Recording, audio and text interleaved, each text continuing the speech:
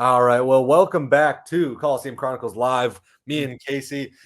USC destroys Missouri State, taking them down easily. And we are going to be overreacting on this podcast because that's really all you can do after you play a first time FBS team like Missouri State. So a lot of this is us overreacting to the good things, the bad things, everything in between. That is what we're getting today. And Casey, I want to get your first. What is something that you're overreacting about? What is something incredible? Because I'm already seeing an overreaction in our chat from DML. Jayden Maiava, first round draft pick for sure. Yeah, I mean, it's untrue, but it is an overreaction. Let's be honest.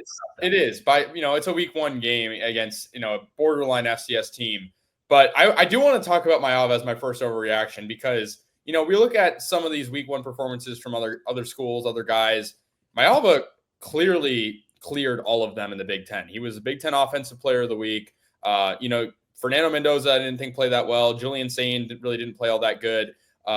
Just going down the list, Nico Iamaleava didn't play all that good. Oh, no. No. I mean, Bryce Underwood played good, but, it's a light opponent. Is Jayden Maiava a top 3 quarterback in the Big Ten? Is that my overreaction? Maybe that's my overreaction. That is a good overreaction, and I like it because I don't even think it's ridiculous, especially because you see where he was ranked preseason amongst these other Big Ten quarterbacks. I saw lots of lists that had Mark Gronowski, the Iowa quarterback, ahead of him.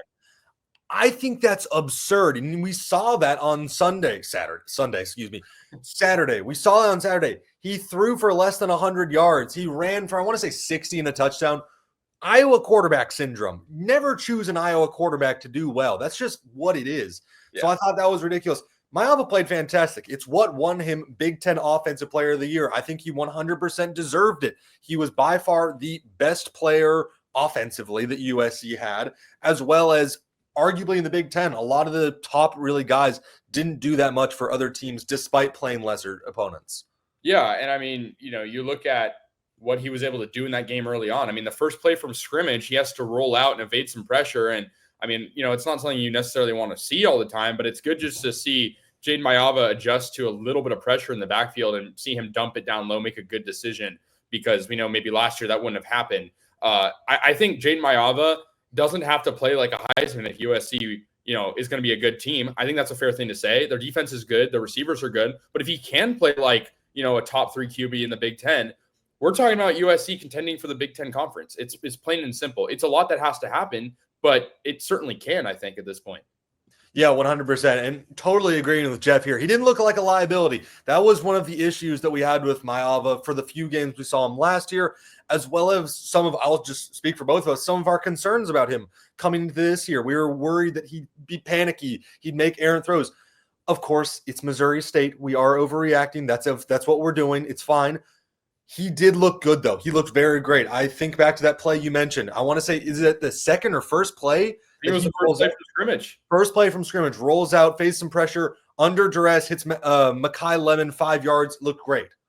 Yeah. And, I mean, he had to deal with not too much pressure in the game. I mean, I will say that one throw he missed to Mekhi Lemon wide open, would have been a touchdown. Like, you got to hit that. But that was like one of his only mistakes. Jacoby Lane had a drop.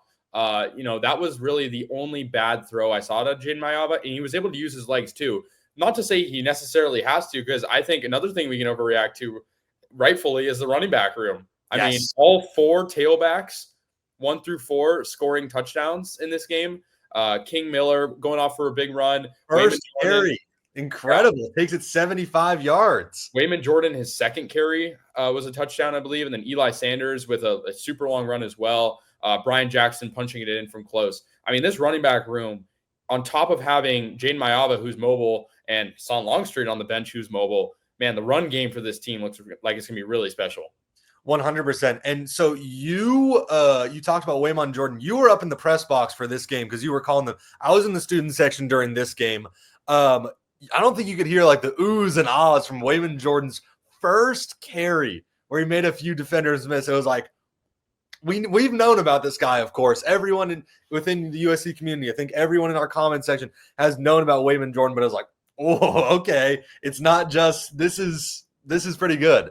Yeah, and I mean, talk about Eli Sanders too. They're kind of different style running backs a little bit. They have similar frames, but Waymond Jordan is just so quick and agile. He can make guys miss, like you said. Eli Sanders, a little bit more physicality, a little bit more, grunt room for him. But I really feel like, this team overall, just the depth at every position, it feels like is there. 1 second. I'm just looking at the comments. I apologize if we're breaking in and out. I'm not really sure what to do about that because my Wi-Fi is fine. So apologies if we're cutting in and out for that. Let's talk a little bit slower. But Casey, let's keep overreacting to this game. How about some negative things? Because there wasn't a lot, but I definitely from the start that we talked about that Jayden Maiava, that rollout where he faces some pressure and hits Mekhi Lemon on the run. Why is it that he had to face that pressure? Why was he facing pressure so quickly from the offensive line? That is kind of what concerned me. I thought they got to him a little quickly. And of course, it's overreacting. It was like one play. But how was Missouri State able to get past the line that quickly and force Maiava to roll out? Yeah, well, I mean, pressure came from, I want to say, the right side of the line. And I mean, that would have to be Justin Tuanoa. I think his block there at the right tackle position. I need to rewatch it more in depth at some point. But I think they missed a block or two, and maybe it was Alani Noah's assignment there on the right side because pressure, he was rolling to his right, and that's where the pressure was coming from. So they made some adjustments. I think. I mean, they cycled in a lot of offensive linemen. What do you see out of that play? Yeah, I saw. I'm just thinking back because I thought I need to go watch it again. I'm just thinking back to it because pressure came pretty heavily from the. Yeah, it was the right side because he rolled out past it. That is Tuno's. I was a little surprised we didn't see John Reid as much. He was in the game. Obviously, we saw. I believe it was Real Talk College Football mentioning 10 offensive linemen getting meaningful snaps. He was in the game.